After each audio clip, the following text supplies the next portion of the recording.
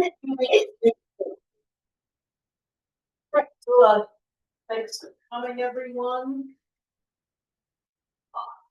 I am George Jones. I will be chair of the Human Services Committee. This is May 11th, 6:35, approximately PM. We're starting. Thanks for coming. So I'm going to discuss some ground rules, everyone. No one may speak until granted the floor. CB11 members, if you have a question about board business or wish to make a motion, please raise your hand and wait to be recognized.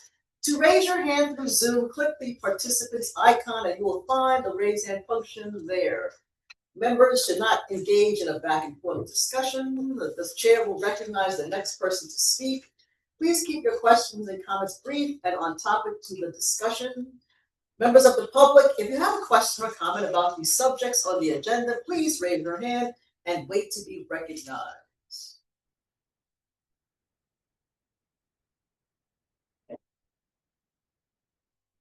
All right. So I'm going to call the meeting to order at 6:35 p.m. Should I do the agenda? I go through the whole agenda or do the whole agenda? Yeah, there is a roll call. Okay. So we have a roll call right now. Leslie Colon, Present. Ada Parisi, Present. Chancellor Griggs, Present. George Jones, Present. Jennifer Meyer, Present. Tanya Phelps, is absent, Valerie Ponte is absent, and Robert Patricia. Present. We have a quorum. Great, we have four. So we're gonna go with flow. Let me go through the agenda, everyone, so there will be people online understand what's happening. So there was a call to order, there was a roll call. Next will be the adoption of the agenda. Then there will be approval of committee minutes, the minutes of the April 13th, 2026 committee meeting minutes will be approved. Then there are announcements. So under announcements, we have DOHMH Radican training in East Harlem, which is taking place on Monday, June 15th, 5:30 to 7:30 p.m. at El Museo del Barrio. There's also East Harlem COAD flooding preparedness information about that. The CUNY SPH HHI School of Public Health and Health Policy Harlem Health Initiative lupus campaign. May is lupus awareness month, everyone. The Children's Aid Family Wellness Program, the Wellness Program will announce that. New York Legal Assistance Corps, or NY LAG, free New York LAG immigration screening clinics, we'll discuss that. Next we have Arch Care, Harlem PACE networking event, Thursday, May 14th, 2026. Next, New York City Smoke Free, New York City No Menthol Poetry event, which is taking place Friday, May 29th, 2026, 30 p.m. at Mother AME Zion Church.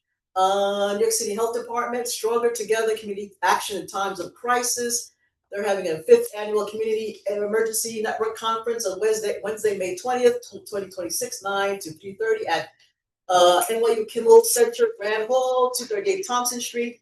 Next, we have Harlem Health Advocacy Partners, HHAP, Tenant Association convening Thursday, May 28th, 6 p.m. at Ethel Battle Velez Community Center, 1833 Lexington Avenue. Next, we have East Harlem CPP Mother's Day Brunch, which is past, and Father's Day, and Father Figures Day celebration. I'll talk about that. And then there's a Citizens Preparedness Training taking place May 13th. 2026, 10 o'clock at Gutman Community College at 50 West 40th Street, which is where I work.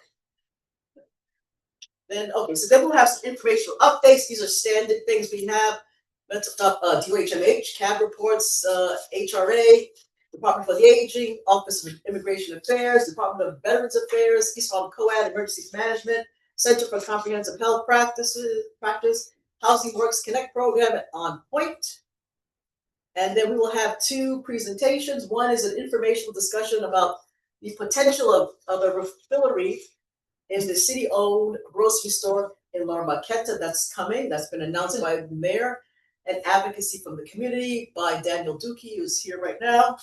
And then an informational presentation about Move to Motivate LLC, a wellness-based organization dedicated to improving the health and mobility of older adults through functional fitness and community center programming. The presentation is by Dr. Dominique Rowe. And then we have old business. Old business will entail the Department of Aging for the aging. I sent out an email, so the chair followed email with regard to requests for senior center data and New York City Council's Committee on Aging legislation. DOHMH, New York City rules. There was a actual update with the reporting requirements for cooling towers. The update is that it's been adopted. We're going to just talk about old business. Mayor Mamdani announces La Marqueta as first site identified for city's public grocery stores, April 14th, 2026. There's a transcript. I have it if you want to see it. And then old business Mount Sinai and Anthem reached new contract terms. And I just wanted to follow up, let you all know that it was reported by Brad Beckstrom, Senior Director of Community and Government Affairs at Mount Sinai Hospital. He sent us an email to indicate that that they have reached an agreement. And then under new business, there's a review of local hospitals' mental health services, capacity and practices. We actually reached out to Mount Sinai, and we will reach out to Metropolitan. We've heard back from Mount Sinai. We'll talk to Mount Sinai. We'll talk about that. Volunteers of America, CSS Community Advisory Board meetings taking place Thursday, May 14th via Zoom. And lastly, there is a piece of legislation that the chair wanted us to discuss, and it was presented or introduced by Senator Cordell Clare. It is a bill that will require the state to use SNAP enrollment data to automatically identify and enroll eligible individuals into the Medicare savings program, helping more low-income seniors and residents with disabilities access benefits they are already qualified for. The bill is currently in the Senate Social Services Committee. There will be a roll call and an adjournment.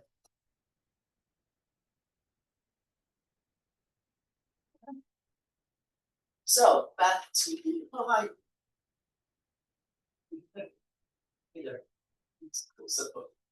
All right. So in terms of adoption of the agenda, so we adopt the agenda, and seeing no one against, unanimous consent to adopt the agenda.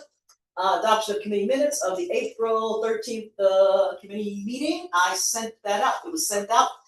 It's quite lengthy. Any comments, questions? If not, we're going to adopt the agenda. And seeing no one against, we're going to adopt the agenda unanimously. Thank you for all that.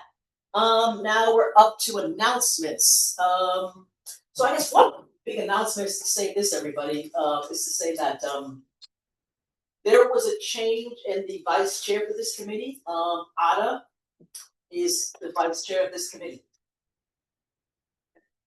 And said, and welcome, Ada, and I look forward to working with you. You've been very, very helpful thus far, even before we became vice chair, helpful with the committee, so I do appreciate that. So there's some announcements. So what I did something differently with the agenda is to like put all the announcements out there. It's in the agenda. I've just read all of the announcements. Are there any questions about any of the announcements? And I do have to highlight 2 of these announcements. So just to let you know, the health committee will get information sent from the board office about events that happen in the community, and a lot of times they're not, discussed at the community or even announced at the community. I'm sorry to interrupt. There is a hand. Okay, so Miss James. For that one now. So there's a question, a hand up. Happy to. Is it Jennifer? Oh, Yes. any Sorry, what is the RAT Academy? Oh, I'm glad you asked. Because that's the first thing I wanted to discuss. Thank you for asking that. Thank you, Doctor. So one of the first things on the agenda is RAT Academy. So the Department of Health and Mental Hygiene actually did a presentation, I think it was last month or maybe another month before that, where they discussed about just in general about rat mitigation in New York City, okay? The rat mitigation efforts. And actually certain parts of the city have been identified as being worse than others as it relates to rat concerns and rat issues, one of which is Harlem. They do offer a Rat Academy presentation And we jumped on that to have the Department of Health and Mental Hygiene have a presentation in East Harlem. It will take place on June 15th at El Museo del Barrio, from 5:30 to 7:30 p.m. All are welcome and encouraged to attend. If you live in and around First Avenue, you may, and then there's construction going on. You may have noticed a lot of four-legged critters roaming around. So I would advise you to come. You may live in, excuse me, what's the live in where again? Franklin Plaza? Franklin Plaza, as on First Avenue, and one of our committee members can attest to the increased sightings of rats and other four-legged creatures. So businesses in the area, you have concerns about rat mitigation. This is the meeting to go to. You should please come out to the Rat Academy training in East Harlem. There will be a raffle of I think a container or something of some sort that takes place during that meeting, that training. Did you have a particular question about it though? Jennifer? No, I just wondered if it was what you just said it was. So Okay. thank you. You're very, very welcome. I encourage everyone to come out. That was the two things I want to highlight. One of which was the Rat Academy. The other is on Harlem Health Advocacy Partners. There's a tenant association convening which is happening on May 28th at Ethel Battle Velez Community Center, 1833 Lexington Avenue. And I encourage one or more of the committee members to attend that meeting. And I think Anna has said she can attend, which is great. And folks that are listening, please come out to that, especially if you're part of that tenant association. So actually, this agenda is posted, I think, because there are some links to actual flyers, links to more information. We're happy to provide information about any of these events that are taking place in and around East Harlem. Any other questions, anyone, about any of these announcements? Committee members, folks, virtually, people in person, Danielle? All right, so those are the announcements. Any announcement that you have, any other committee members have questions about that you want me to speak more about? Not really a question, just wanted to state that I attended, so on the last school board, Real Dads Network came and spoke at about them doing an emergency preparedness meeting on April 25th. Just want to say I attended. It wasn't a lot of people that showed up, but they're aware. I also told them, they should connect with East Harlem Co-ed as well, as they're both pretty much trying to do the same mission. We need more emergency preparedness. So I just wanted to make sure that was on record. Excellent. And I guess we should have a special section where, so when we talk about these events, those who attend, feel free to just let me know. I'd love to hear about your attendance at a meeting. So thank you for sharing that. Speaking of emergency preparedness, was that emergency preparedness? Yes. So speaking of that, someone just, Leslie, okay, go to that flyer right there. So just to let you know, everybody, on Wednesday, there's actually a citizens preparedness training taking place at Gutman Community College, as I said. It's at 10 o'clock. Actually, I believe they're at capacity, but they do take walk-ins. So this is the training where you get to go back. And the whole idea is to provide information about being prepared, whether it's extreme heat or flooding. These are excellent trainings. And again, we are happy to host one at Gutman. Hopefully, we will have maybe Community 111 host one as well, perhaps at Hunter, we have a lot of events there, maybe the Museo. But let's think about that, folks, as well. Well, I'll be in attendance. Oh, excellent. Okay, I'll see you there. We actually have food there. We have Okay. yeah. Should have left that. And actually, like hot food too. That's really nice. But thank you.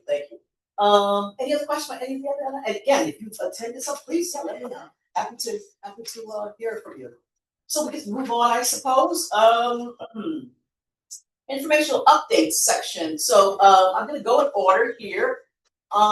Is there anyone from the Department of Health and Mental Hygiene Hi, good evening, everyone. It's Pauline Ferranti from the DOH. Good to see you. Thank you.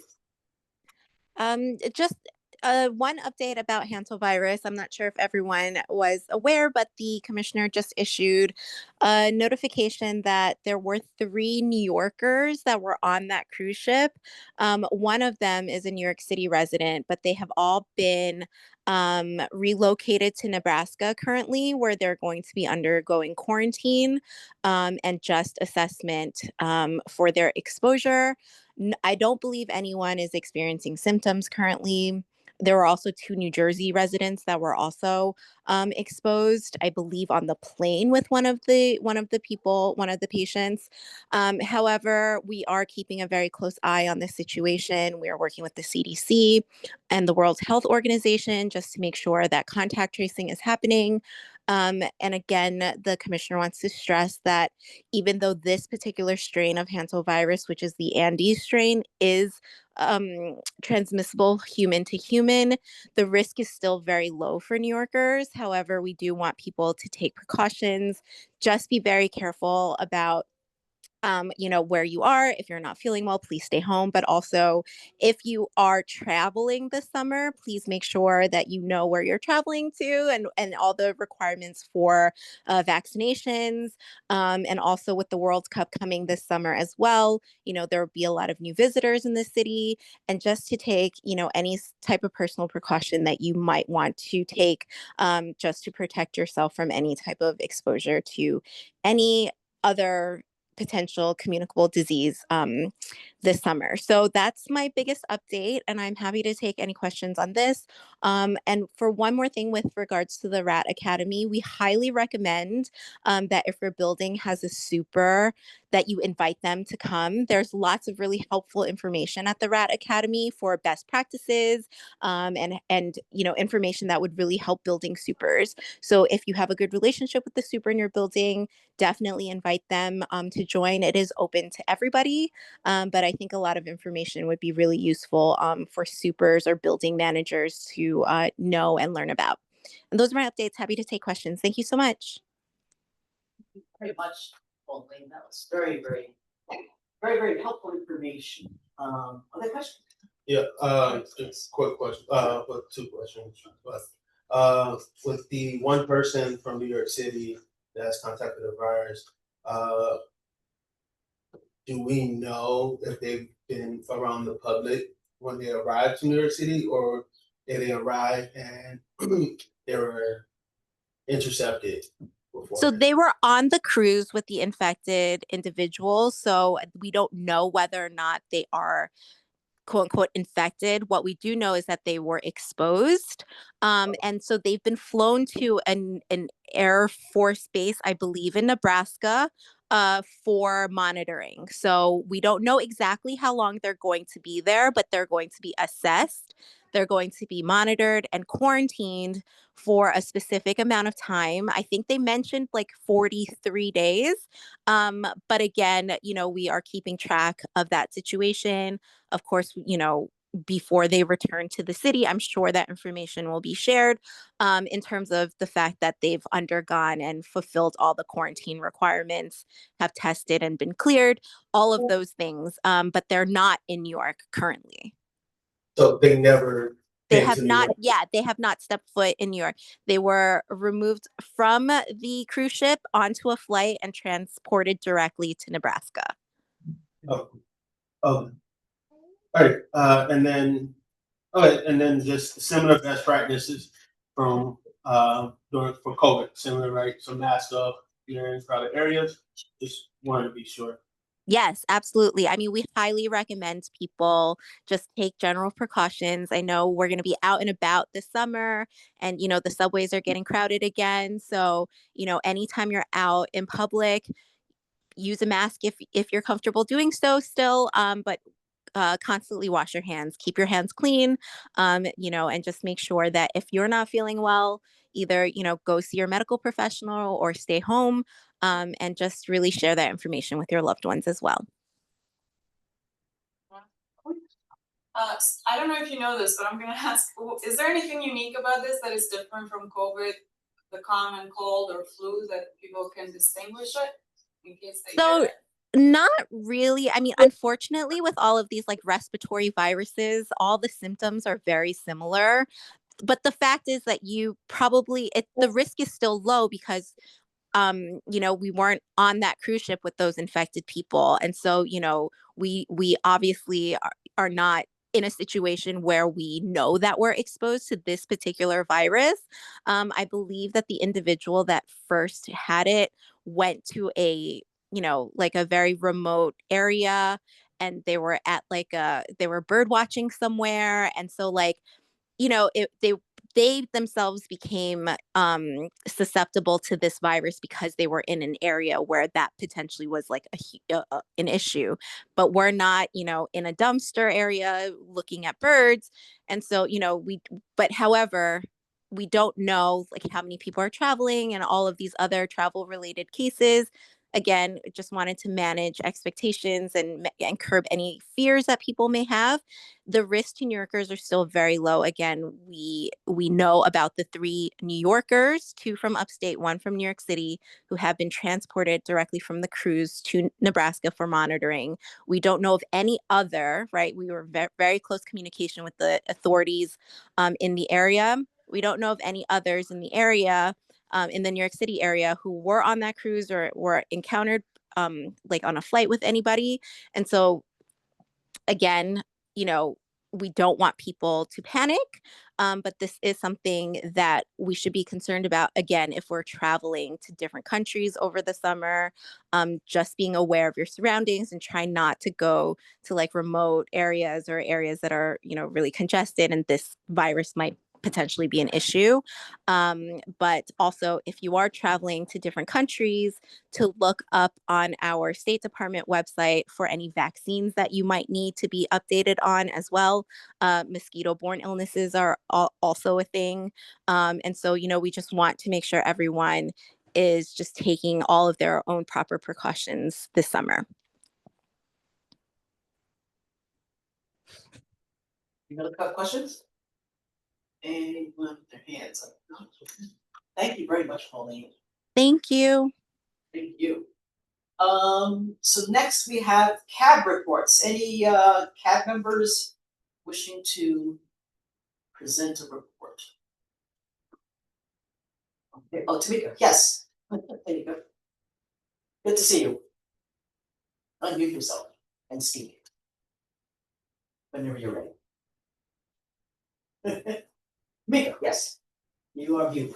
You have to unmute you. No, she's on mute. Okay. Good once, Tamika? Okay. All right, so we'll come back to you. I'm gonna step away. So anyone here from New York City Human Resources Administration, Department of Homeless Services, or Social Services in general? Hey, Hey, good evening, everyone. sis. Hi, this is Marcia, Manhattan Borough Director with Department of Social Services and Intergovernmental Legislative Affairs. How is everyone this evening? I great. So, just wanted to share just a very, 2 quick items with everyone. The first one will be regarding the ABOD, which is the able-bodied adults without dependents. I know on March 1st, there were some new work requirements that was implemented.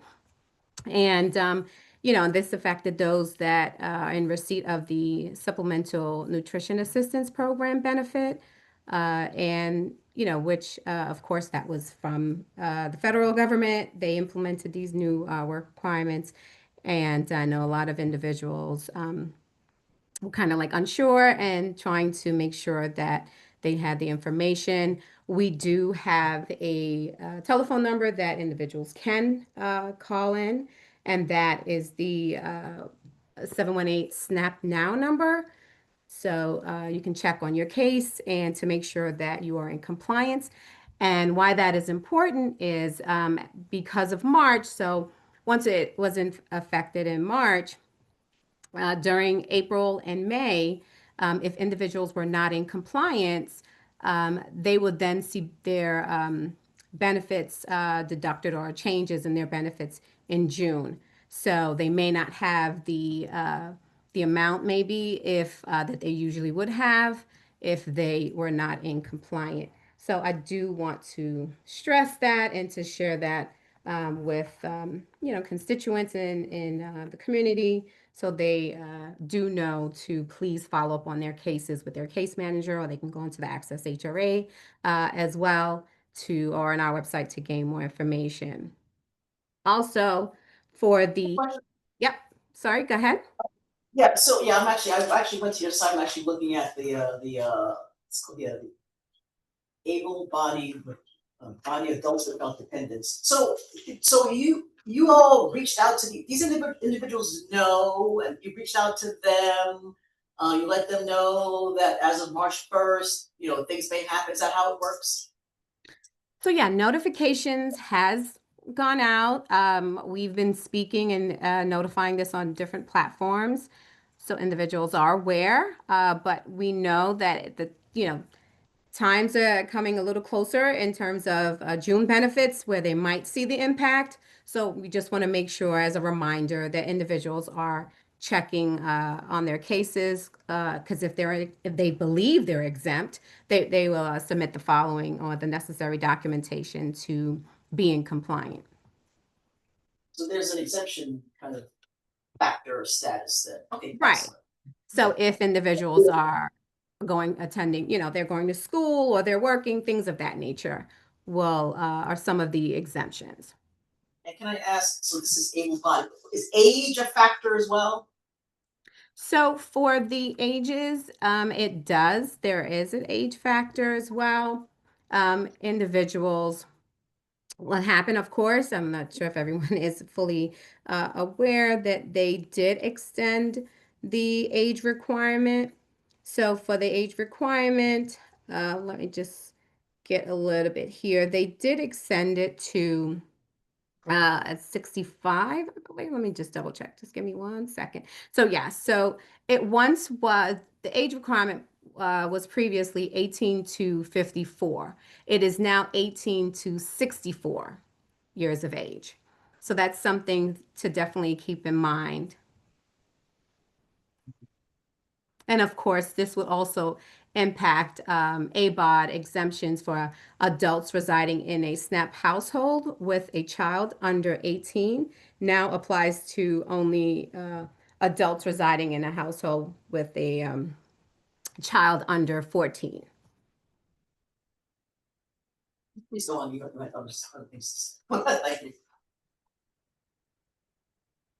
So yeah, this is just something to keep in mind. We have been just making sure individuals, again, are just being reminded of this. They can, as I said, they can call the SNAP Now number to inquire about their cases, and if they do believe that they're exempt, to provide the documentation for that. Okay, and any questions on the SNAP so far? No. Yep. Okay, great. So I do also want to share that the HEAP application for the cooling assistance benefit is open. It opened on April 15th of this year. And with that benefit, of course, that allows individuals to, apply. And if they're eligible for a AC or air conditioner or a fan, that they can receive from HRA. Process and steps for that on your webpage or? Correct. There is a process on the our website. They would just have to follow once they apply, and if they feel that they're eligible, they will then receive the benefit. And that is what I have for you. Thank you so much. May I call you Marcia? Yes, you may. Thank you. I'm Jewel. Can I ask in terms of I was at your webpage here. First of all, thank you so much for being here. We do appreciate it very, very much. Department of Social Services is a very vital entity, and I don't really get how you all kind of like, you have human resources under there and Department of Homeless Services under there. It's a lot, so I do appreciate you being here. Can I Sure. ask in terms of and this is just like for the benefit of the board. You have a community partners call that takes place quarterly, and I believe you just had one March 3rd. And offline we'll talk about this, but how does one become a part of that call? So yeah, hi, yes. So there is, as you said, that is correct. We do have a community partner page. Individuals can go on to, let me just double check the actual web page here. This is the DSS community update page. They can go on and sign up, and they will receive daily update or quarterly updates regarding any of the benefits or any programs that we have. So I'm speaking particular about the community partners, and I don't want to belabor this, but there's like you can, like for example, CB11 as the chair of the Human Services Committee, I would like to be a part of that call. So particular entities are part of that, community partners are at this call and this quarterly, that's speaking about that. Again, we can speak offline, because I actually clicked on a link and it didn't take me to where I wanted to go. But we can speak offline about that. So yeah, and you're absolutely right, Joel. So there is also where our community outreach also has seminars that they do with community partners and share about and talk about our services and some of the other, address any questions that the community may have in terms of how to navigate and receive updates. And they can come out and do presentations as well, things of that nature. They do a lot. Yes, they do, yes. So I want to make sure the committee is part of that and the board as a whole as well. Can you say your title again, please? Sure, it's Manhattan Borough Director. And can I ask, when in the summer, when the community board reaches out to different agencies to be part of the district service meetings, are you the person that would be coming out for that? I am. Okay, great, great.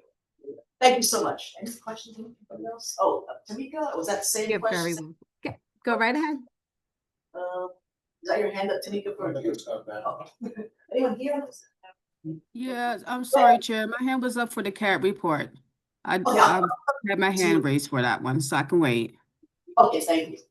So as it relates to DSS, and just to pull the full circle, Erin Dalton is the new commissioner of DSS, correct? When did this person come on board?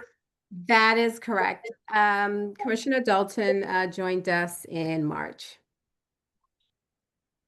Our previous commissioner was Molly Park. Yeah. According to seeing our commissioner here at East Harlem. Can you repeat that, please? Because it's the mic is a little far away. Look forward to seeing your commissioner. They'll make it here, East Harlem at one of our board meetings or committee level. We're happy to have. Thank you. And you as well. Thank you so much. Thank you very much, Marsha. Thank you so much. Have a great one.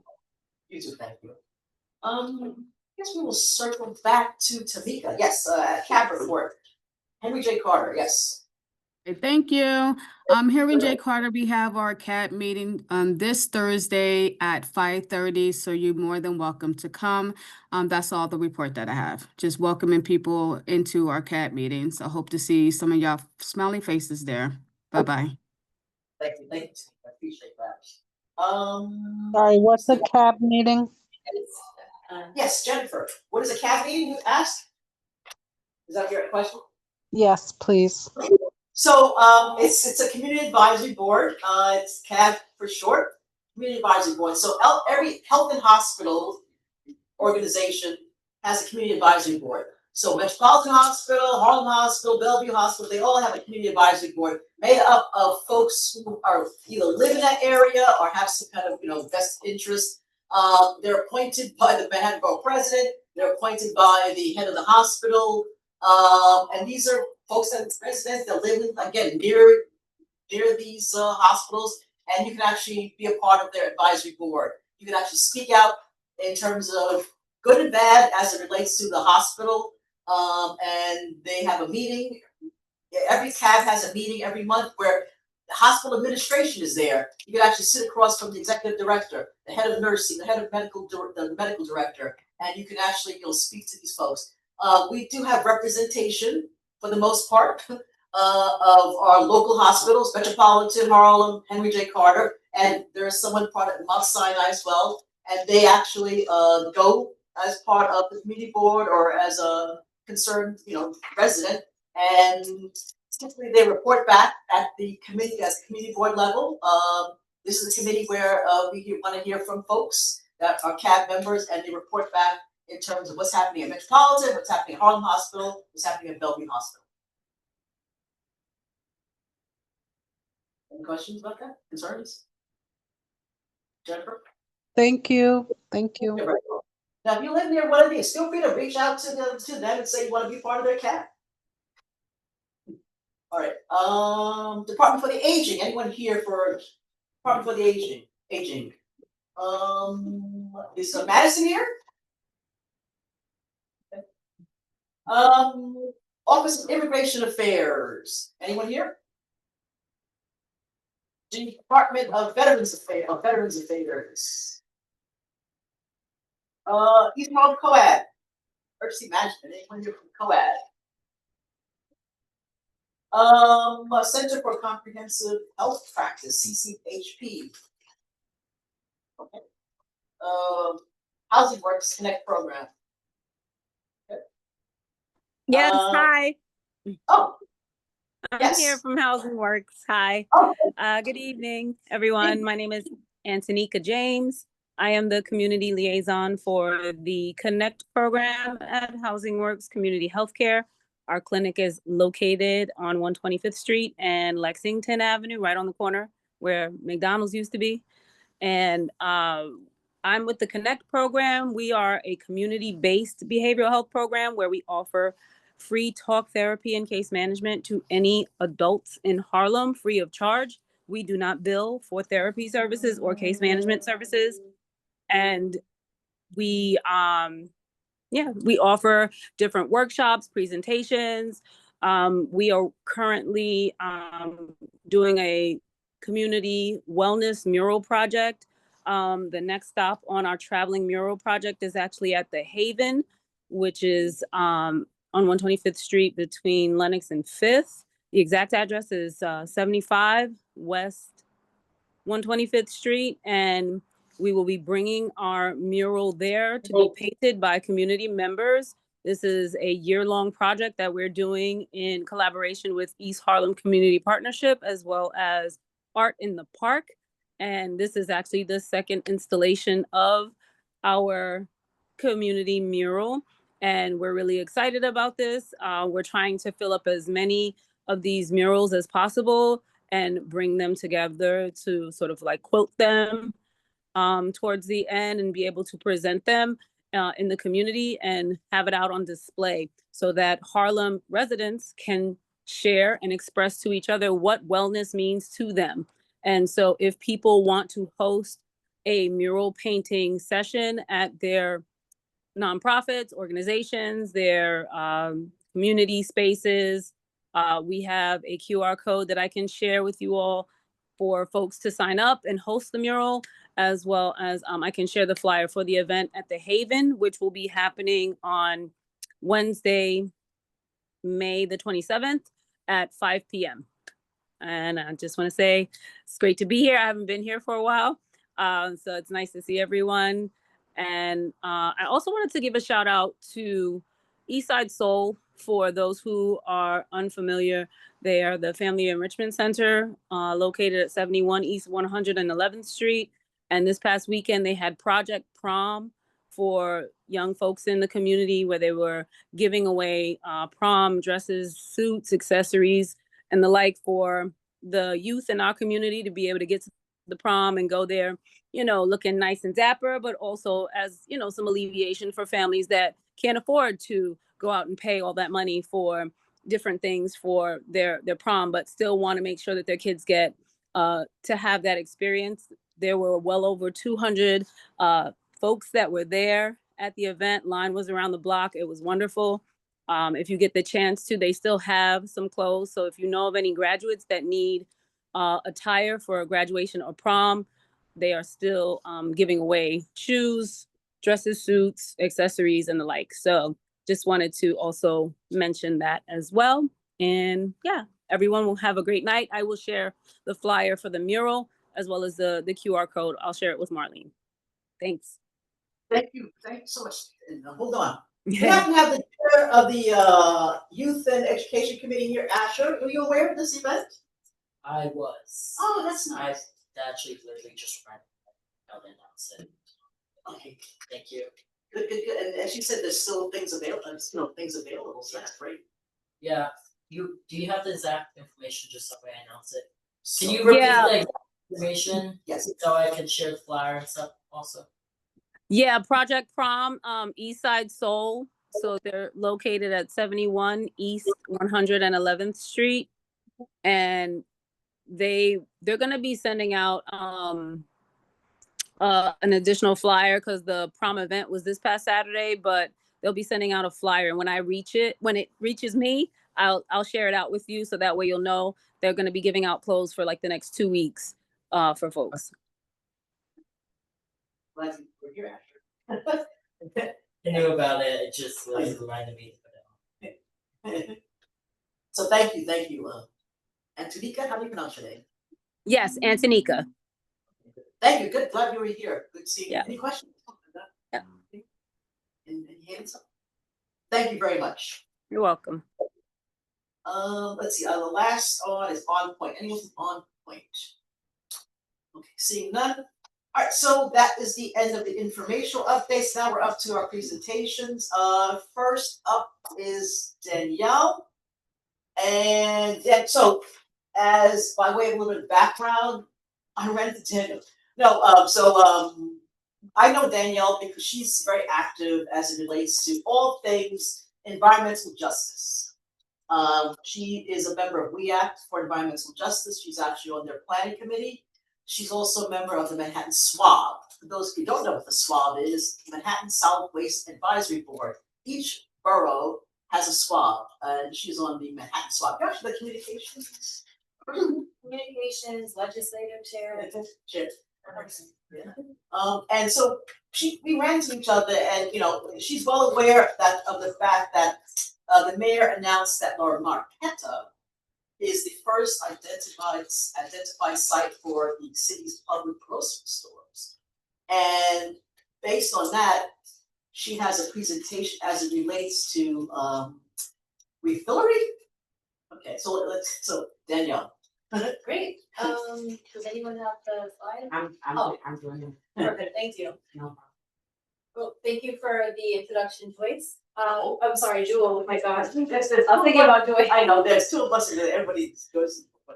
Alright, so as Jewel mentioned, I'm Danielle and I am a member of the Manhattan Solid Waste Advisory Board, and our board is a group of volunteers who are passionate about reducing waste, especially as it relates to environmental justice, so that would alleviate the amount of trash that we have in our communities, especially litter. And today we'll talk to you about refilleries and what that can mean for East Harlem, and just kind of get a temperature check of how you all feel this could benefit the community. All right, so next slide. So what is a refillery?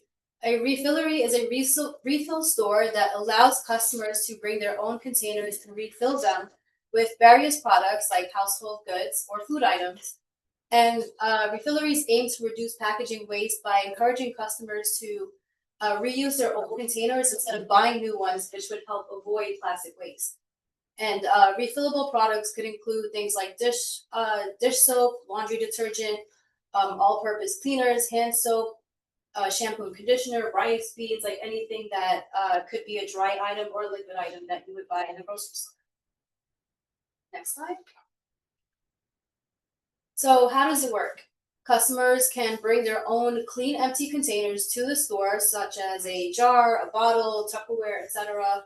and fill them with exactly the exact amount of product that they want and pay for what they took. So this would help promote a more affordable and sustainable and environmentally friendly shopping experience. Slide. And the benefits of a refillery would include less plastic waste, less plastic packaging. It would lead to more cost savings because you're buying exactly the exact quantity that you want and not getting more than what you need. Typically, refilleries sell healthier products without toxic additives, which are bad for your health or bad for the environment. And it also supports the community because they're sourcing products from local vendors, such as in the city or even upstate New York. Next slide. So here's a step-by-step, literally 3 steps of how to use a refillery. So you would bring your empty container and weigh it to get the weight of your container. And then you would fill the container with the exact amount of product that you need. And then you pay for only what you added to the container. So when you weigh your container, you'll subtract that from the total weight of your container with the product in it. Next slide. So there are 2 existing refilleries. I think there's more, but these are 2 very active ones in New York City. We have Maison Jar out in Brooklyn and a Sustainable Village, which is in Lower Manhattan. And these 2 stores are pretty successful so far. They sell a lot of different items that are considered clean, so they don't have any toxic chemicals in them, and it allows people to buy exactly what they need. Next slide.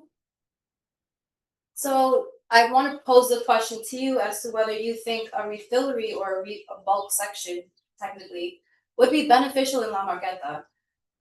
Because of the benefits that I listed, such as less plastic packaging waste, which can prevent litter, cost savings for local customers because they're buying exactly what they need, healthier and safer products for just a healthier lifestyle, and supporting the local economy, and also building community by connecting with other shoppers who care about the same things. I just want to get kind of a temperature check to see if this is something that East Harlem would benefit from. Yes. And why is that?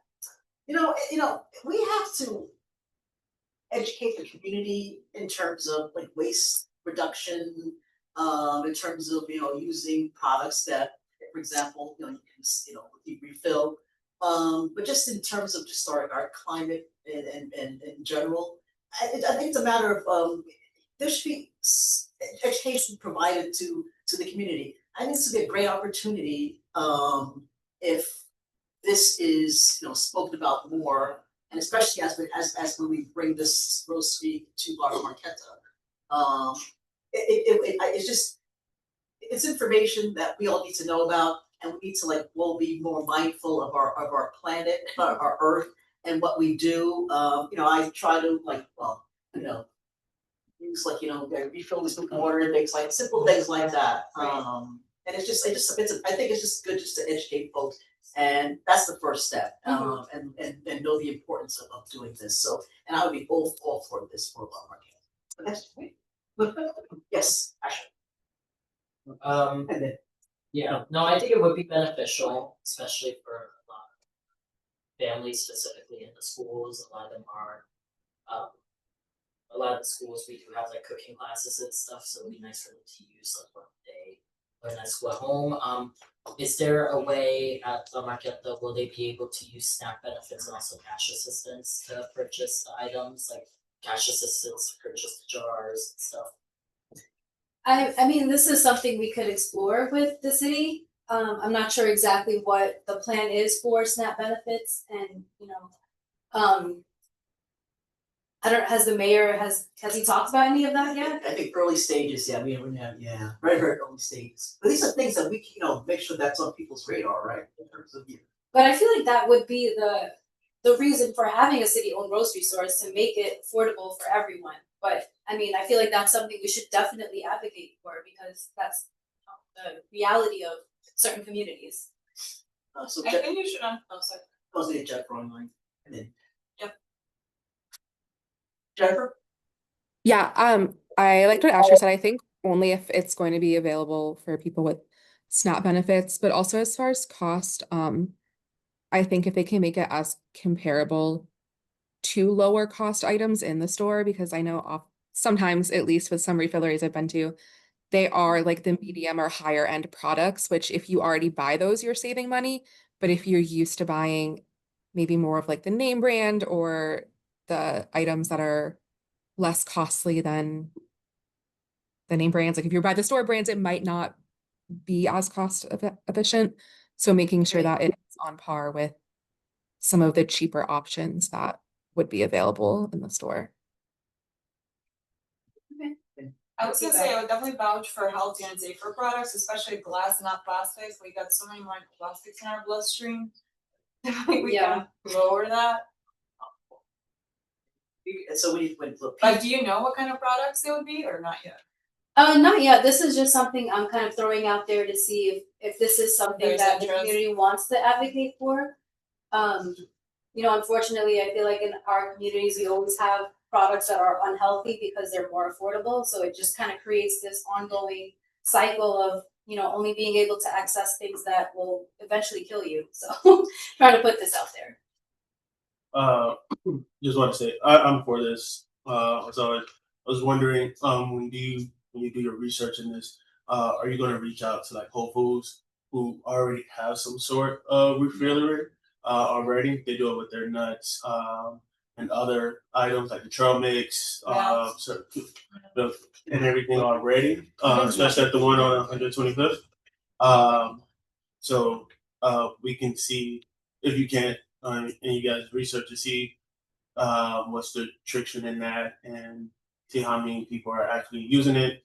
I think it should be in more stores in general that are just necessary have to be a refillery store like the one in Brooklyn and Lower East Side, but just because part of the thing is incorporated into everyone's daily lives.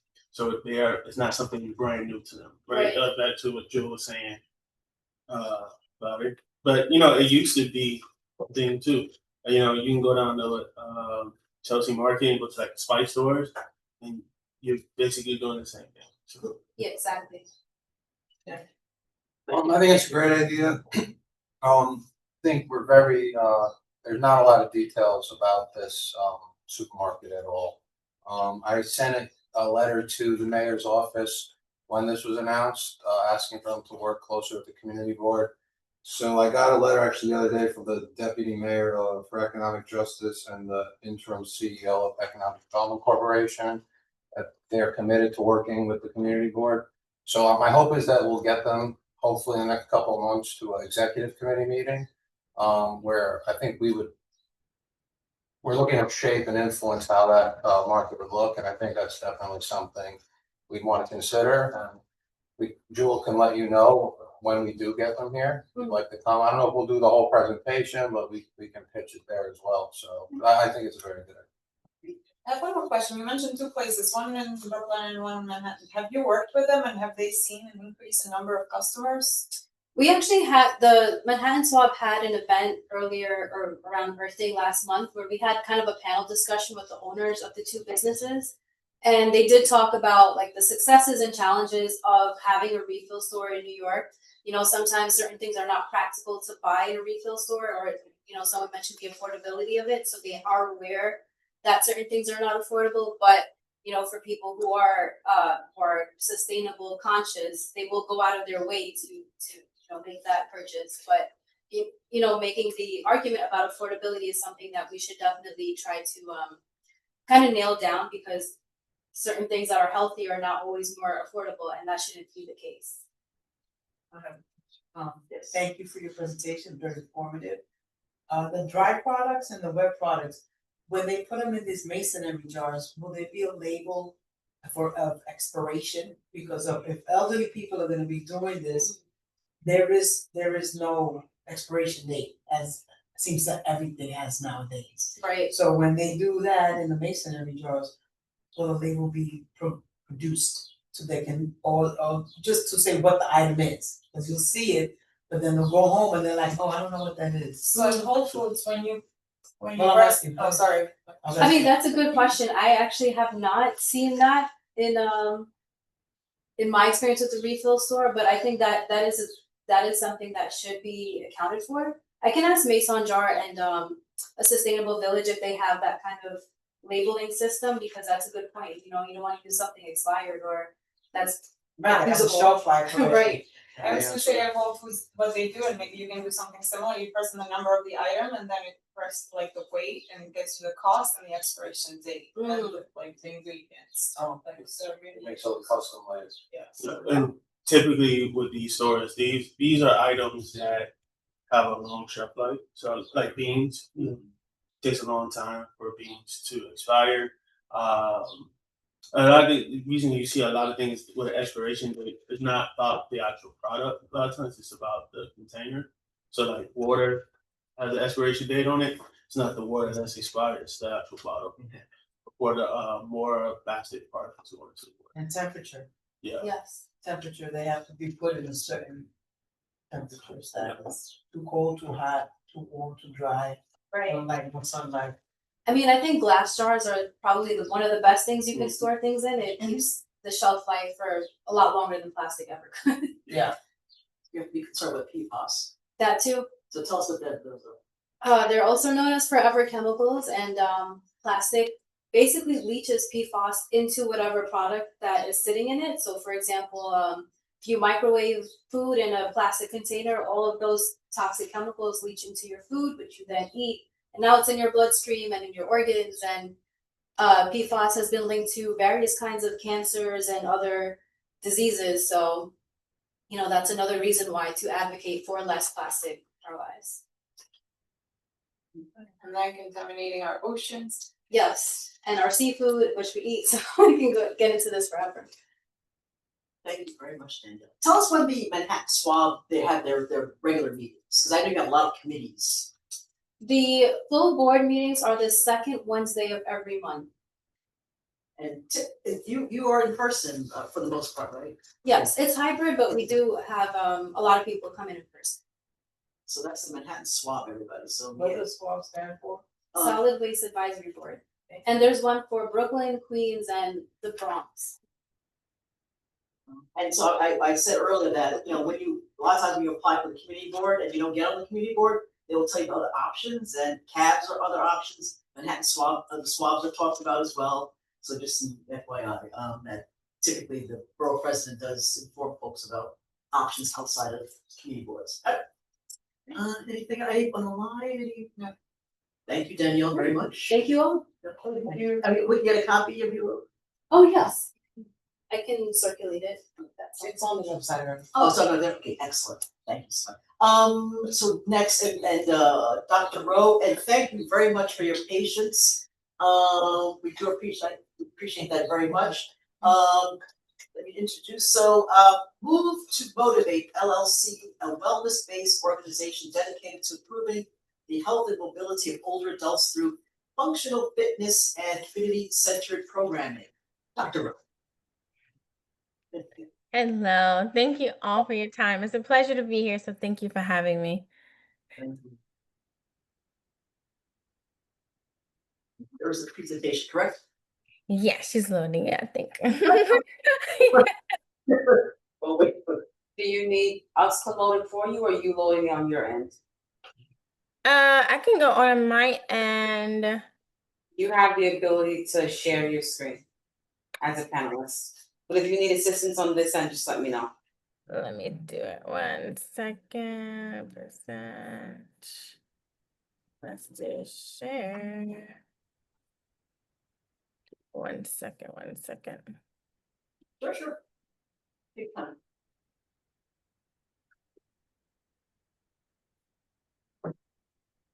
Oh, wow. You guys can see? Yes. Yes. Okay, great. All right, so let's get out of there. That's over. And present. Okay, so move to motivate, and I will go forward.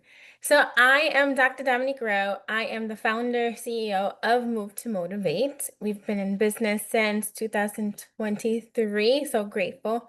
So there's a two-part to the business. We provide in-home physical therapy, but also something I love and that's near and dear is senior group fitness instruction here in New York City. I've been a therapist for 7.5 years. A lot of it, I've been working with the senior population, but within the last 4 years, has been exclusively with the senior population. I think it's important to bridge a gap where I'm seeing individuals in the home, but also encouraging that reintegration back into the community, because that's how that social connection happens and that growth of community as far as the senior population happens. My certifications include CPR, AED. SAIL stands for Stay Active and Independent for Life, is an evidence-based program that is honed around fall prevention for seniors. So it is a program that focuses on strength, balance, coordination, flexibility. We also give a lot of tips as to like how to stay hydrated, tips around the home to prevent falls, and the list goes on. LSVT Big is a specific program for individuals with Parkinson's. So there's a course of exercises that you teach patients with Parkinson's to increase the amplitude and the bigness of their movement. For those of you who may not know, so with Parkinson's, movements becomes a lot smaller, a lot rigid. The voices sometimes become smaller. The way they walk changes. So everything is just overemphasizing what they think is normal, but telling them to make it extremely big. I am a silver sneaker instructor. My organization is MWBE certified, and I have an exciting certification I'm actually going forth to partake in July. CEEAA stands for Certified Expert Exercise Instructor for Aging Individuals. So there's a real health crisis amongst the senior population. So the first statistic is actually exciting. Before I introduce this, they project by 2030 that the senior population will grow exponentially. I'm excited because that's going to keep me employed. So as far as the aging population, it has increased by 53% in the last decade. So that's amazing. And amongst this, the Black, Hispanic, and Asian has grown the most. So I work a lot with seniors. I see it a lot. They love sitting, they love flicking through the TV, and I'm always coming in like, no, we need to get moving. So 60% sit more than 4 hours, and that goes in along with the next statistics that says 1 in 3 individuals fall each year. So I'm always coming in, whether that's in the home, in the class, encouraging movement. And why movement? Movement helps to focus on all systems of the body. That's the cardiovascular system, the nervous system, the integumentary system, musculoskeletal, every system in the body. And with the movement decreased in sedentary lifestyle, they have a higher chance of decreasing their falls. And insurances love this because they have less ER visits, less hospitalizations, and worse, there's less deaths happening. Amongst the colored population of Black, Hispanic, Asian, there are high incidence in cases of diabetes, hypertension, obesity, arthritis. The list goes on. Movement has shown statistically to show helping to reduce these crises that are very popular and common in our population. Social isolation and depression is real. It's a real thing, and that's why group fitness plays a huge role in that mental, psychological well-being, and also building that social connections. And I love hearing from seniors. They tell me, oh, I don't have access to classes that I enjoy, or that's something that I can see myself doing. So my classes provide that, and this is why I'll segue into our solution. I offer fun, evidence-based exercises. Evidence-based specifically because there's data showing how positive loading, which means stress using dumbbells, resistive bands play a huge role in improving bone density and strengthening for the aging population, which is key. It's very huge, adding to decreasing the fall risk, decreasing hospitalizations, and the list goes on. We focus on strength, balance, flexibility, coordination. I love doing a lot of movement that challenges coordination because it engages both physical and mental. That stimulation, posture, fall prevention. As mentioned earlier, all systems of the body is engaged. And we meet seniors where they are because not everyone can stand, not everyone can stretch one arm all the way up. So I'm always vigilant looking at how can I go in to intervene to make sure the exercise is appropriate and the pace is comfortable for everyone. I love fun. Music helps with getting seniors engaged, happy, and wanting to do the exercise. And I always take suggestions like, what do you want to hear that will help motivate you? So that's super vital for the classes that we teach. So here's a video I'll let you guys watch.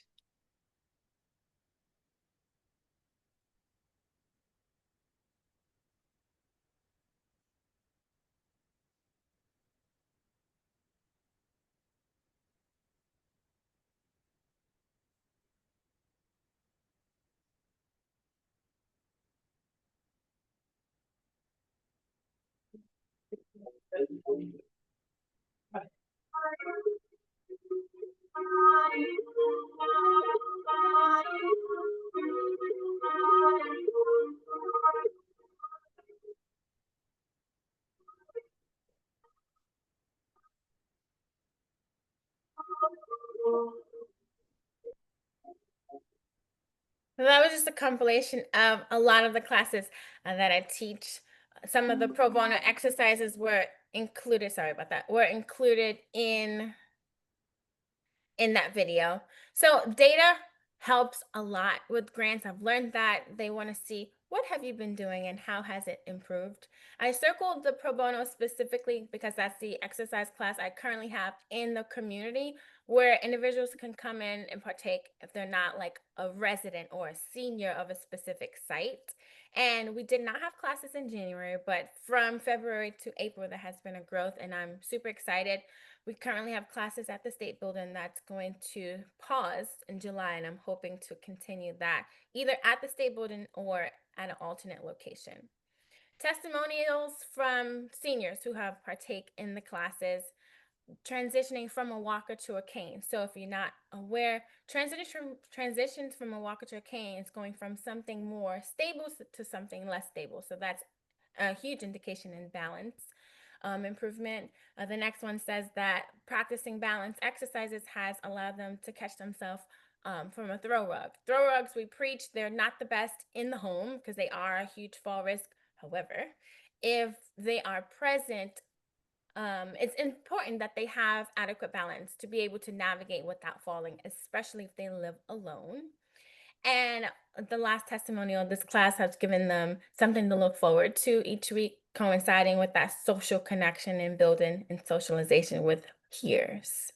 So the ask that I am requesting, sorry for the date, the day of the week is supposed to say Friday, May 15th, but I would love help in any way to fund or continue providing a community-based exercise class.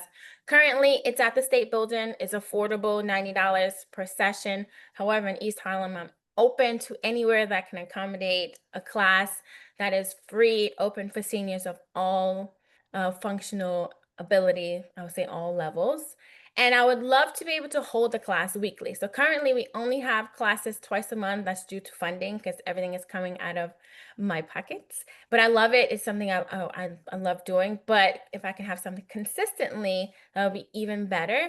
And consistency is huge because sometimes people will drift away if classes are not as consistent and they go, oh, when's the next class? So they forget. I'm very diligent about sending emails, but I just find it important if a consistent class is happening, that would increase attendance, that would increase engagement, and that would increase the community impact amongst the senior population, which is something I hold near and dear to my heart because I love working with seniors. And that concludes the presentation. Do we have any questions? I have a question for one of the slides in your presentation. Sorry, can I ask? Yes, yes, yes. Sure. Sorry. Yeah, wait. You showed like a bar chart with January, February, March. What was on the y-axis? Oh, the number. So it was XY. That was locations. So I have certain places. So it was number of attendees, and then the bottom. I hope I got it right. YX. I forgot data. Yeah, it was the locations that I have. So the pro bono was the last community based. The other locations were where I have contracts. So it was important to have that because I also present to senior center. So it was important to have that on that compilation graph. So, thank you, Dr. Rowe. Yeah, I mean, it's like seems like a no-brainer in terms of like, combating a sedentary lifestyle is movement of some sort. And yeah, and it's when you see folks that are in how would you describe like wheelchairs? Is there some collective word for a wheelchair or some sort of situation like that? You move your arms and get some movement going. So that this is so important. In terms of your request, so right now, did you say out of pocket? Do you receive funding through DIPTA, Smart for the Aged? Not with this initiative, with a contract, yes, but not for this pro bono. So I will tell you, as of May, I had received funding through Department of Veteran Services that has helped with providing, I guess, the water and then paying for the space, but that ends this month. So moving forward is just out of pocket, the $90, which is why I'm keeping it at twice a month. I would love to do 4 times a month, but it's a bit much right now. And so I'm looking at the form that you filled out. So you're saying seeking funding and support for a senior fitness class initiative, and you're saying specific to East Harlem and a location within East Harlem. Yeah, so I would even start with if you have a location that needs, I would say, consistent programming for seniors, we can start there. If they have a cost, my ask would be if you guys can help with covering costs, and that's it. So as a board itself, we don't provide funding at all, but what we can do is connect you with like services or existing entities that perhaps you collaborate or partner with such an entity. And then also go so far as to say that we have what we call prior budget, district service budget, and there's priorities, and perhaps we can look into that for the next cycle, which is next year, not for now, but I would say just for now, and then, good. I was waiting for Robert to raise her hand. Robin, yes. Thank you. Thank you, Jewel. Hi, Dr. Rowe. My name's Robin Strachan. I work for Search and Care, which is a community social service agency. However, our clients are more vulnerable, more homebound. They're not so able to get out to classes, but I wondered if you've already been in touch with the biggest senior service providers in East Harlem, which would be Union Settlement, Carter Burden Network, and Goddard Riverside, which works both at Stanley Isaacs and Taft. Yes, it's been a while since I spoke to Goddard, but yes, I have to revisit because I spoke to someone, and at the time I think they didn't need an instructor, and I didn't go back. It's been months, but I can definitely reach back out. And there's one other nonprofit that if you haven't been in touch with, you might want to try, which it goes by the initials HAFOP, and known as HAFOP, and it stands for Health Advocates for Older People. And they run programs in all different parts of Manhattan, mostly in churches, connected to churches. So that might be helpful for you. That's perfect. Thank you. You said Union You're very Settlement, welcome. Goddard. What was the second one? Carter Burden Network. Burden Network. CARTER. Perfect. Those 3 have senior centers. Okay. I will definitely reach out and see who I can speak with. Thank you so much. Lovely. You're welcome. I loved your presentation. Oh, thank you. But mostly I love your passion. Ah, I love what I do. Thank you so much. You're welcome. Thank you. So what I'll do is I'll gather up the information that Robin mentioned and other entities or that we may know of and provide that to you. How's that sound? Great. Thank you for that. I appreciate it. Okay. Any other? Yeah. Thank you, Dr. Rowe, for your presentation. Just a quick question. Have you been in touch with the Harlem Wellness Fest that's occurring at the end of the month? Have I been in touch with the wellness fair, you said? Harlem Wellness Festival. No. It's occurring at the end of the month, May 30th at Marcus Garvey Park. It's a festival, it's a yearly festival. This is their 5th year. We should look into that to see how they can assist. Also, looking into working with parks in general at their recreation centers. 'Cause I know Yeah, I've been in talk because I know someone in park, so that I've been started that dialogue already. And then Wednesday, I'm presenting with Haas Harlem Advocate for Seniors. And it's going to be a bunch of directors there, so that's a start. So I'm excited about that. Well, good luck. So yeah, all the things we just talked about, we'll gather up and I'll make sure we send that out to you. Thank you very much. You're very welcome. And thank you for your presentation. Appreciate that very much. You're very welcome. Go all seniors someday, so. Mm-hmm. Some of us soon numbers. But thank you very much. All right, so in terms of the agenda, we're almost at the winding down. Thank you for the two presenters. One of them is still here. Thank you. And some snacks. All right, all business, everyone. So there is a email that went out to follow up with the Madison Ayala at Department for the Aging, because there was a request made for, we're talking about senior centers and locations, there was a request made for some data that we have not received. So I sent the email out, and I will follow up with the email. And if we know who someone else within the Department for the Aging, I'm happy to copy that person on the email as well. Perhaps someone above my Madison Ayala. Because I like that the information. And when we make requests at our community meetings, I expect the responses. I think that's just a reasonable request. So old business was one. Any questions, comments about that? Was that tied to the budget request that occurred? Oh, that constituent sent in. Yes. Okay. And I don't want to keep this person waiting. We can provide information in terms of senior centers, but we did make a request from the Department for the Aging. That's the agency and entity that would have this data. But I don't want to keep this constituent waiting this long. I'd like for the committee to get back to her. So that's directly related to that request from that constituent. And then there was another request in terms of legislation at the city level.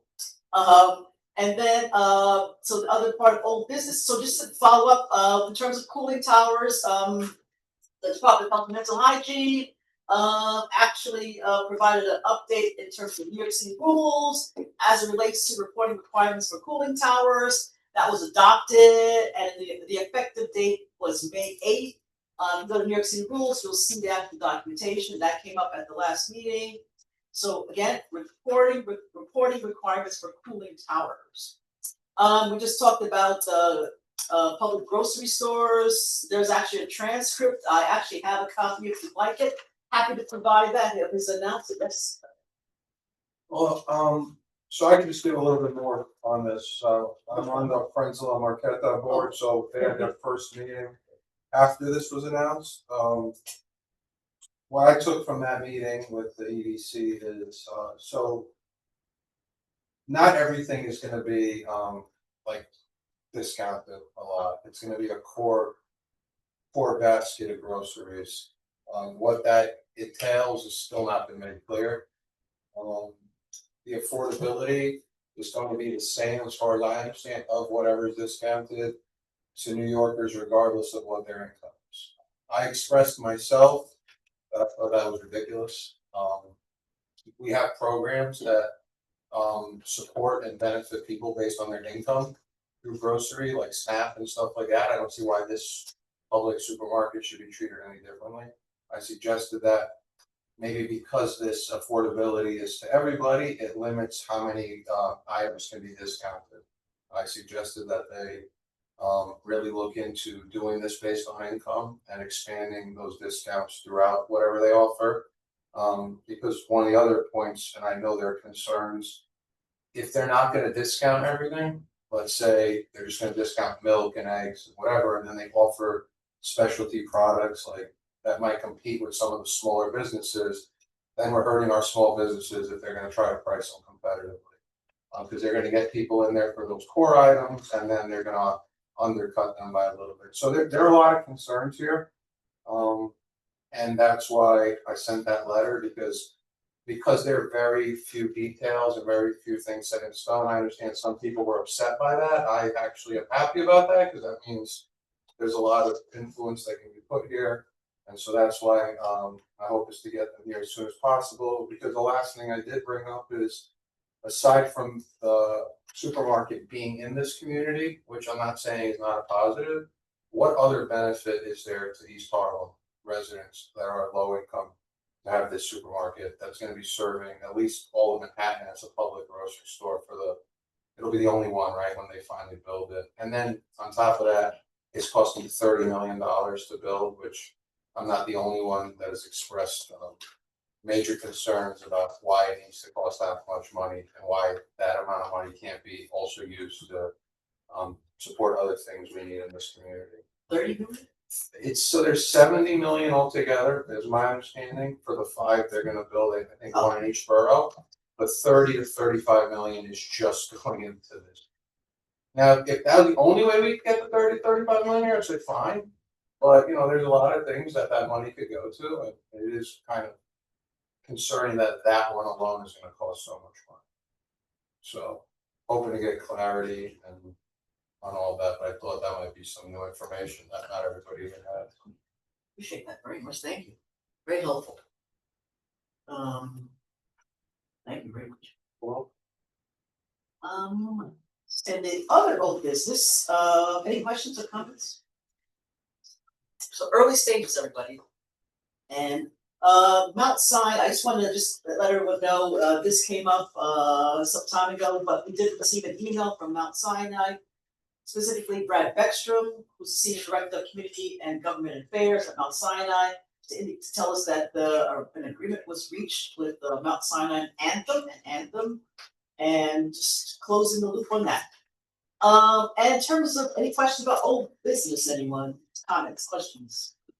All right. In terms of new business, so only a couple more items and we should be out of here momentarily.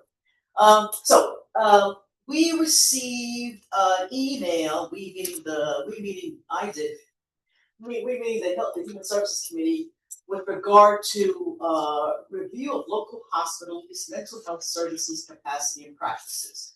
And there was we were looking at Mount Sinai and Metropolitan Hospital. We've now taken a first step and reached out to Mount Sinai. And when I say we, I mean Anna sent an email to Brad Beckstrom. And just, I have to say a little bit more about Brad Beckstrom. Brad Beckstrom is our go-to person as it relates to Mount Sinai.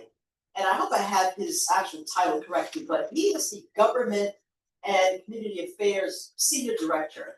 And I'm going to add this part as well. Many of you may or may not know that I was on this committee board decades ago. And Brad Beckstrom was around decades ago. And he is the go-to person as it relates to Mount Sinai. He's not he doesn't speak for management, he doesn't speak for employees. He speaks for, he provides information to us as the community as a whole.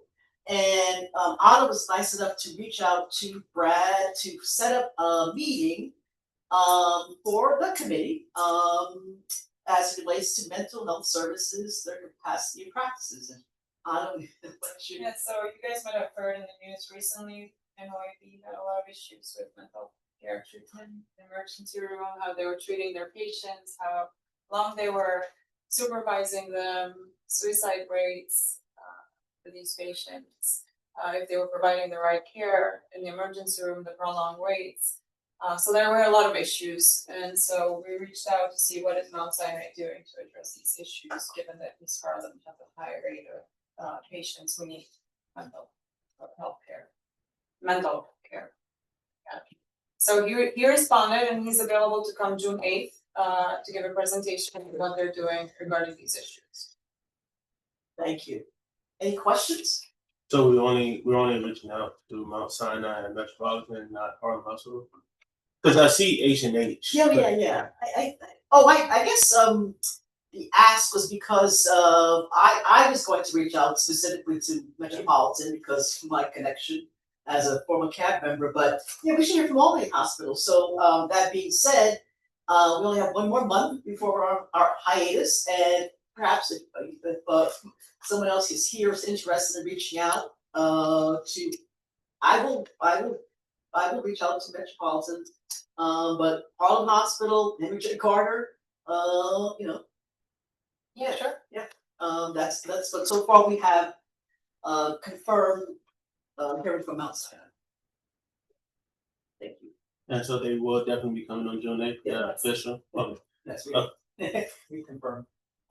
Any question and hands raised? Okay. So last two items, Volunteers of America, they have a Swartz CSS Community Advisory Board, and they sent us an email. They have a CAB meeting. Again, this is another CAB. Happening Thursday, May 14th. I will be attending that meeting on behalf of the committee and the board. And then we recently received an email from the chair with regard to a piece of legislation at the state level by Senator Cordell Clare, and we have put that on our radar to look into. The legislation is as follows. It's New York State, or SN 9880. Let me say that one more time. It's S9880. You can look up this legislation. The bill would require the state to use SNAP enrollment data to automatically identify and enroll eligible individuals into the Medicare Savings Program, helping more low-income seniors and residents with disabilities access benefits they already qualify for. And the bill is currently in the Senate Social Services Committee, and there is a link to this, and hard copies are available to learn more about the bill, and we will pledge our support for this and reach out to Cordell Clare, et cetera, et cetera. Any question about that? Very, very important. So just briefly reading it, yes. It's not like an automatic thing. It's more of getting consent. That's what it seems. So I think from what I read is when you apply for these SNAP benefits, there is somewhere where you can click that you're allowed to share your information to go from one agency to the other. So then you don't have to apply to the right, yeah. I mean, I know that this one. I'm saying the way that this is being portrayed is not that it's automatic. It's that it's given consent. I just want to make sure that is stated because it's not an automatic thing that. Because I used to do social service. I used to sign people up for SNAP. So that I just want to make sure that is clear. That it's not just, hey, you sign up for SNAP, you automatically being. No, you have to share your information. Yeah, no, I'm just here for rest. We shouldn't saying that it should be automatic. It's not automatic. Yeah. But I am particular about I have time. a question. So when you guys provide letters of support, is there like a standard one or specific for this? We're working on this. But is there like we have to vote on it and make some agreement and then write it, or is Before you speak, so we'll just read what it says, so we're all clear about the wording and what we're saying. So, an act to amend the social services law in relation to automated identification of eligible participants for the Medicare Savings Program. So if we erred in, using that word, then we correct, and this, I'm reading straight from the legislation itself. Thank you for pointing that out, so we don't want to, have people think that things are being done, without proper, processes and procedures. Yeah, you say something, John? I think that's, so, let me make this quick. This is like a new thing. Parks just wrote a letter of support, or they're in the process of writing a letter of support for something they voted on as a committee to issue a letter of support for a bill that was relevant to them. My plan is for this to be kind of when there are bills from our local electeds that are applicable to a committee and it's something we align with, that we would be issuing these letters of support. So there could be, we don't currently have one, could be written however you want it. It might be worthwhile to have a template that we could kind of just send out to the committees for these. To Chancellor's point, you're right. The letter itself would just be to support the bill in whatever its language is, so we wouldn't be creating any confusion. It could be something as simple as like, Community Board 11 supports New York State Senate Bill 9880, right?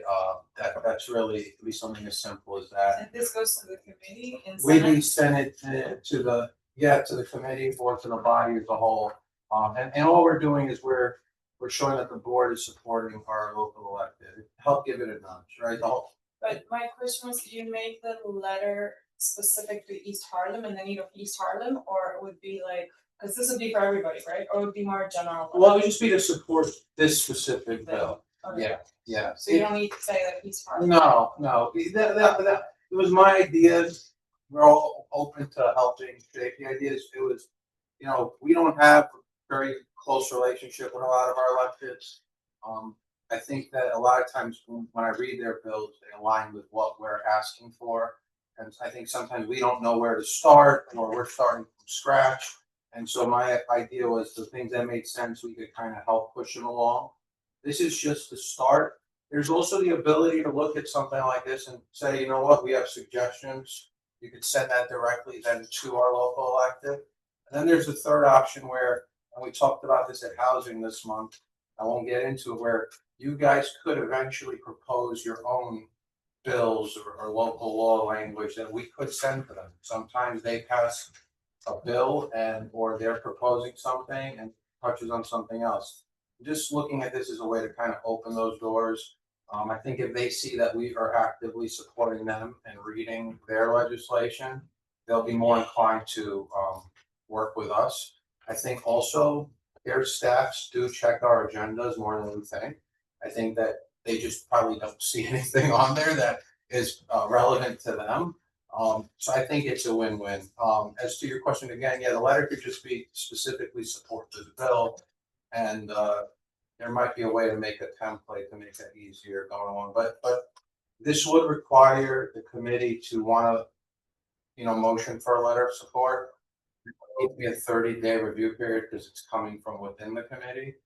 Whenever that letter is voted, it would have to be issued though before 72 hours before full board meets. It could be disseminated with the full board agenda. If you guys want to do that, that's up to you guys tonight or next month. That's your call. But I intentionally picked pretty easy, straight. Like, I don't think anybody would really be against this, so I figured that's why let's start with some non-contentious ones to get our feet underneath us. You mind if I set a motion? You do mind? No. I'd like to set a motion to provide a letter of support for New York State S 9880 legislation.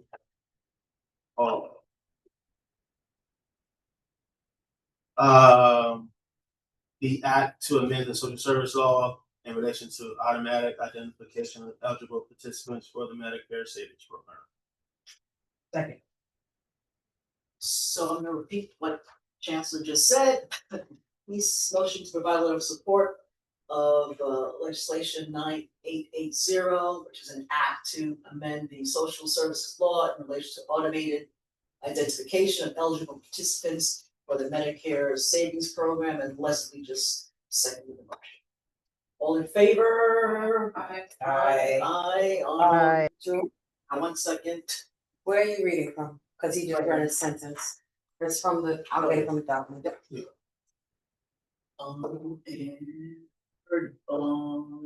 That seemed like everyone said aye. Who was the second? Leslie. Thanks. And so that motion passes. Great job, everyone. Very good. And who's writing the template? I started working on it, I can share with everybody on Google if you want. If you wanna do, there's a template of letters, just Oh, I don't go have a template. I on the just- board website, Okay. go to letters and resolutions, and all the supporting documents and letters that come out of this body will populate. Okay. And so you can pull language from there, if you need help with templates. Yeah. So you're writing it, I'll help you, just sorry. Okay. I was very good at this, I see. and when is it going to be to the board office? Sorry. When will it be to the board office? We'll have it a week before, we'll have it by by Friday. I'll share it with you tomorrow. Literally. I gotta find anyway, it's like, it's a good channel. All right, thank you very much for that, Rich, good job. All right, I think anything else? Yeah, the HFI open house invitation, it wasn't part of the announcements, but it got sent today, or yes, no, today is Monday. Yeah, Marlene sent today. Just one thing, because the open house is on May 28th.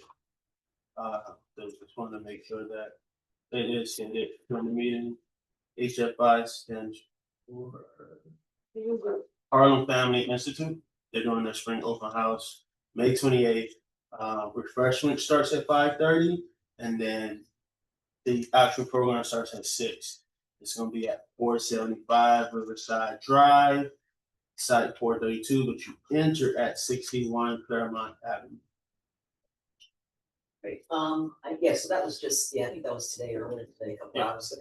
But the other one that, on our agenda under announcements, I, Harlem Health Advocacy Partners, Friends Association meeting, so that's, we wanted someone from the committee to attend that.